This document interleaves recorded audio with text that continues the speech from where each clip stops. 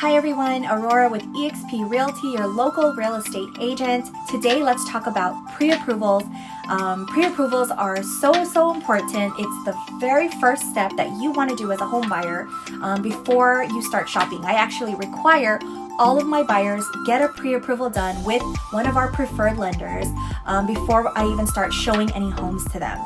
And the reason being is because without a pre-approval, then you won't know exactly how much you can afford. And the worst case is going to a home that you fall in love with, and then it's either priced too high, and it's gonna discourage you from looking at more homes, right? So it's so important to know what that number is.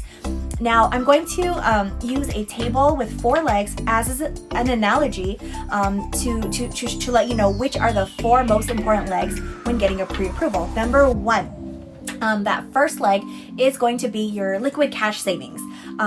To make sure that you have that to set aside for all those upfront costs that I talked about in my last video, such as down payment, closing costs, things like that. The second leg is going to be your FICO score and your credit history. So it's important to know what those numbers are. Obtain a free credit report from annualcreditreport.com, right?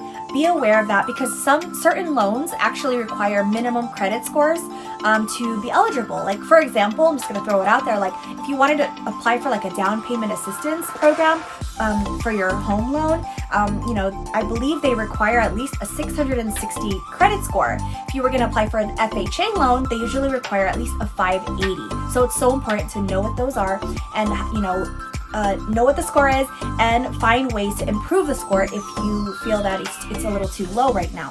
Number 3, the third leg is going to be your debt to income ratio. Now, this is where you take all of your debts, including if you have any other mortgage payments, car payments, student loans, credit cards, and then you divide that number by your total gross monthly income. And that's gonna give you a percentage. Now, your goal is to keep that percentage number below at least, I always tell my clients, at least under 40%.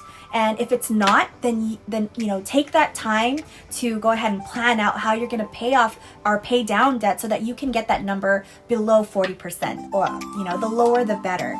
And then number 4 is you're going to want to show proof that you do have consistent monthly income coming in at least in the last 2 years.